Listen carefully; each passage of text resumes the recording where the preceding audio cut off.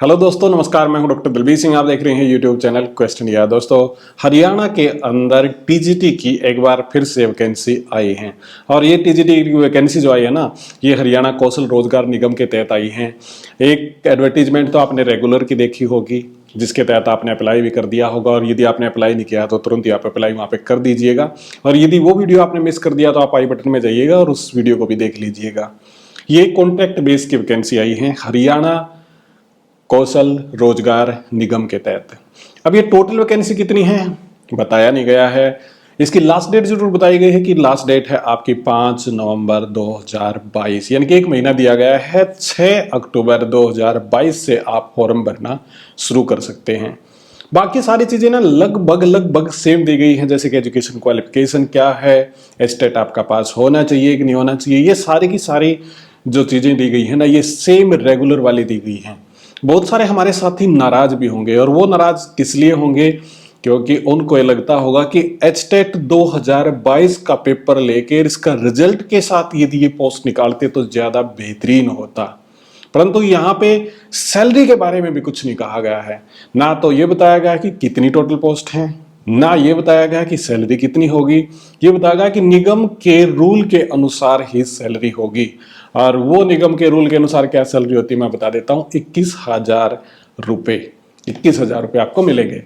तो ये तो एक इंटरनल बात मैं आपको बता रहा हूँ कि निगम के अनुसार जो आपकी सैलरी हो 21,000 रुपये है, परंतु ये रेगुलर से तो काफी कम है। परंतु यदि आप देखोगे ना कि प्राइवेट स्कूल, जो छोटे स्कूल हैं, उनसे ये सैलरी काफ़ी अच्छी है। दूसरी बात, आपको गवर्नमेंट का अनुभव, एक्सपीरियंस आपको मिलेगा। इसका फायदा फ्यूचर में जाके आपको होगा, क्योंकि 2 प्रकार की हरियाणा कौशल रोजगार निगम के तहत पोस्ट आती हैं। एक वो आती हैं जिन्होंने हरियाणा गवर्नमेंट के तहत काम किया है, और दूसरी वो आती है जिन्होंने नहीं किया है। ये वो पोस्ट है जिन्होंने अभी हरियाणा गवर्नमेंट के तहत काम नहीं किया है, तो यानी कि फ्रेशर कैंडिडेट के लिए आई है। और कौशल रोजगार निगम में पहली बार की पोस्ट है जो इसके तहत आई हैं, बिना एक्सपीरियंस वालों के लिए पोस्ट आई हैं। तो दोस्तों, आइए मैं आपको पूरा दिखाता हूं कि किस प्रकार से आपको अप्लाई करना है, क्या क्या इसके अंदर चाहिएगा, कौन कौन सी इसकी जरूरत है, कहां पे आपको जाना होगा। ये सारी चीजें आपको मैं दिखाता हूं, और इसको पूरा देखने के लिए आप बने रहिए हमारे साथ।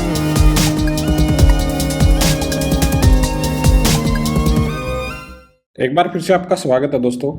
यहाँ पे जो साइट मैंने खोल रखी है, इसका URL यदि आप देखेंगे तो ये बड़ा सिंपल सा है, HKRNL।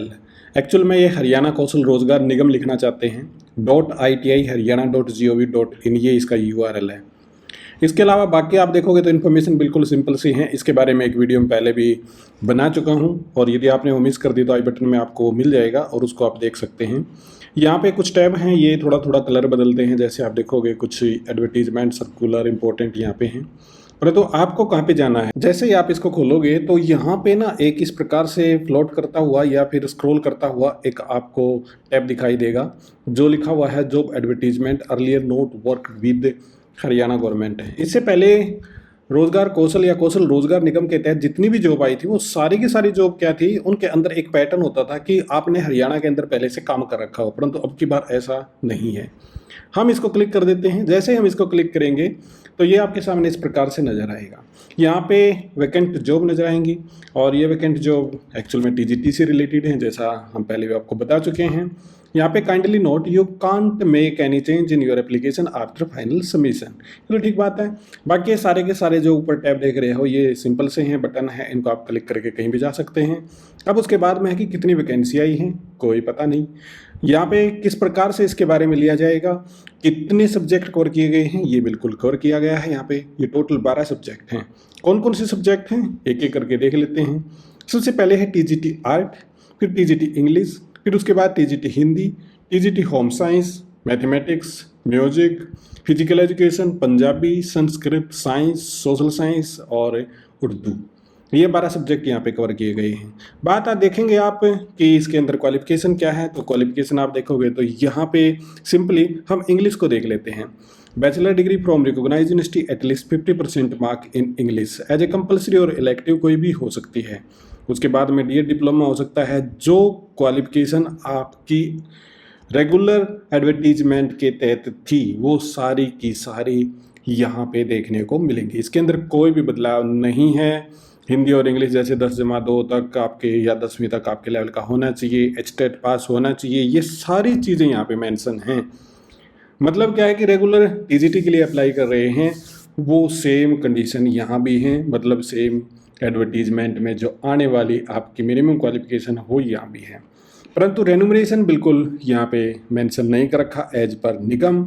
उसके बाद में स्टार्ट डेट ऑफ एप्लीकेशन है 6/10/2022 यानी अक्टूबर की 6 तारीख को, और आज तारीख 6 ही है। परंतु अभी तक जैसे मैंने इसके अंदर डाल के देखा था तो वो एक्टिव लिंक नहीं हो पा रहा था अभी भी, मतलब ये शायद वर्क होने में इसको कल तक टाइम लग जाए। लास्ट डेट इसकी है 5/11/2022, 1 महीने का पूरा टाइम दिया गया है। अप्लाई नाउ टैब दे रखा है, ऑलरेडी रजिस्टर पे लॉगिन आप कर सकते हैं। तो ये सारी इन्फॉर्मेशन यहाँ पे दे रखी हैं। जैसे फॉर एग्जांपल के तौर पे मैं यहाँ पे सोशल स्टडीज़ को यहाँ पे अप्लाई पे क्लिक कर देता हूँ। यहाँ जैसे एक आप क्लिक करेंगे तो PPP पूछेगा, मतलब हरियाणा से बाहर से हैं आप तो अप्लाई नहीं कर पाएंगे, सिर्फ हरियाणा वाले ही यहाँ पे अप्लाई कर पाएंगे। यहाँ पे क्या है कि जो भी आपकी फैमिली आईडी है उसे आपको डालना होगा। फॉर एग्जांपल के तौर पे मैं यहाँ पे डाल देता हूँ फैमिली आईडी, और उसके बाद आपको करना होगा डिस्प्ले मेंबर। डिस्प्ले मेंबर जैसे ही करेंगे यहाँ पे पूछता है कि नाम, कि किस नाम को आपने क्लिक करना है, यानी कि किसके कौन सा कैंडिडेट यहाँ पे अप्लाई करना चाहता है। जैसे आप इस पर क्लिक करेंगे तो आपके नाम की इन्फॉर्मेशन आ जाएगी, जो भी आपको क्लिक करना है वो आप यहाँ पे कर सकते हैं। फिर उसके बाद में वेरिफिकेशन OTP आएगा, तो OTP के बाद जो भी आपका मतलब स्टैंडर्ड होगा या फिर जो भी इन्फॉर्मेशन होगी वो यहाँ पे आ जाएगी। तो उसके बाद में यदि आपने पहले से कर रखा तो लॉगिन पेज पे लेके जाएगा। मैं यहाँ पे ओके कर देता हूँ और हम चलते हैं दोबारा से फिर बैक साइड में। अब मान के चलिए कि मैं यहाँ पे लॉगिन कर देता हूँ, क्योंकि हमने पहले इसमें रजिस्टर कर लिया। तो यहाँ पे पूछता है आपसे आपका मोबाइल नंबर, मैं यहाँ पे अपना मोबाइल नंबर डाल देता हूँ, और मोबाइल नंबर डालने के बाद ये पूछता है कैप्चा के बारे में। ये कैप्चा भी आजकल एक नई समस्या आ रही है, तो ये कैप्चा ज़रूर है, इस पे ध्यान देना होगा। ये एक्चुअल में इसलिए होता है कि मतलब रोबोट वगैरह है ना, वो एक्चुअल में लॉगिन ना करके और कुछ भी डाटा फिल वगैरह ना कर दे। तो अब इसके अंदर एक OTP आएगा और OTP यहाँ पे आपको डालना होगा। मैं OTP यहाँ पे डाल देता हूँ। OTP डालने के बाद सबमिट आप कीजिएगा, फिर वो लोकेशन आपकी आ जाएगी, वो सारी इन्फॉर्मेशन यहाँ पे आ जाएगी। फिर उसके बाद में आप प्रोसीड कर सकते हैं। प्रोसीड करने के बाद वो सारी इन्फॉर्मेशन आपकी यहाँ पे आएगी। ये सारी इन्फॉर्मेशन यहाँ पे होती है, आपको उसके अंदर कुछ भी नहीं डालना है। उसके बाद आपको डालना होगा एजुकेशन डिटेल। यहाँ पे जैसे 2 पे डालेंगे तो एजुकेशन डिटेल यहाँ पे आ जाएगा। उसके तहत आप NSQF सर्टिफिकेट वगैरह आपके पास है या नहीं है तो वो आप यहाँ पे डाल सकते हैं। सोशो इकोनॉमिक क्राइटेरिया पे आपको लेके जाएगा। सोशो इकोनॉमिक क्राइटेरिया की डिटेल यहाँ पे आपको डालनी होगी। फिर एक्सपीरियंस की डिटेल यहाँ पे आपको डालनी होगी। यदि आपके पास किसी प्रकार का एक्सपीरियंस है तो आप डाल दीजिएगा। यहाँ पे आप क्लिक कर सकते हैं। मतलब मोटे मोटे तौर पे देखा जाए तो मेंबर डिटेल है, फिर एजुकेशनल डिटेल है। जो एजुकेशनल डिटेल आपने प्राप्त की है वो वहाँ पे आप डाल सकते हैं। NSQF स्किल सर्टिफिकेट के बारे में ज़रूर पूछता है, सोशो इकोनॉमिक क्राइटेरिया पूछता है, एक्सपीरियंस डिटेल पूछता है, और ऐड एक्सपीरियंस आप यहाँ पे कर सकते हैं। इसके अलावा इस पे और ज़्यादा इन्फॉर्मेशन आपको देखने को नहीं मिलेगी। अब यदि बाकी इन्फॉर्मेशन की आप बात करेंगे तो बाकी इन्फॉर्मेशन यहाँ पे है ही नहीं, जैसे कि कितनी सैलरी आपको मिलेगी, कितनी पोस्ट आई हैं, TGT के अंदर आप अप्लाई करते हो तो कितने कैंडिडेट्स की डिमांड है, वो वगैरह यहाँ पे कुछ भी पूछा ही नहीं गया है।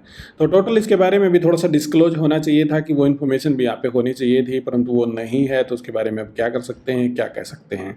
तो उम्मीद है कि फर्दर चल के इसके बारे में इन्फॉर्मेशन अपडेट कर दी जाएगी, या फिर न्यूज़पेपर के माध्यम से या किसी माध्यम से इस प्रकार की न्यूज़ हमारे सामने ज़रूर आएगी, और वो डिटेल आएगी कि किस सब्जेक्ट के अंदर कितनी वैकेंसी है। क्योंकि एक कैंडिडेट एक से ज़्यादा के अंदर भी तो अप्लाई कर सकता है। जैसे फॉर एग्जांपल हिंदी के लिए अप्लाई कर सकता है, परंतु यहाँ पे हिंदी और इंग्लिश का वही मिलेगा। हिंदी के लिए आपको इलेक्टिव चाहिए और इंग्लिश के लिए आपको इलेक्टिव और कंपलसरी दोनों चल जाएंगे। ये जरूर थोड़ा सा भेदभाव है। कोई साइंस के अंदर भी और मान लिया TGT इंग्लिश के अंदर तो बोथ के अंदर अप्लाई करना चाहे तो वहाँ पे एक समस्या जरूर आ सकती है। तो इसलिए ये थोड़ी सी क्लैरिफिकेशन जरूर होनी चाहिए थी। बाकी आप बताइएगा कमेंट सेक्शन के माध्यम से ये वीडियो आपको कैसा लगा, इन्फॉर्मेशन कैसे लगी, क्या हरियाणा गवर्नमेंट थोड़ी सी जागरूक हो रखी है, हरियाणा कौशल रोजगार निगम के तहत जो जॉब दे रही है वो ठीक है या नहीं है, फिर या फिर सारी की सारी रेगुलर मोड से निकालनी चाहिए थी, वो आप कमेंट सेक्शन के माध्यम से आप जरूर बताइएगा। मैं मिलता हूँ बहुत ही जल्द आपको अगले वीडियो में। दीजिएगा इजाजत, बहुत बहुत आपका धन्यवाद।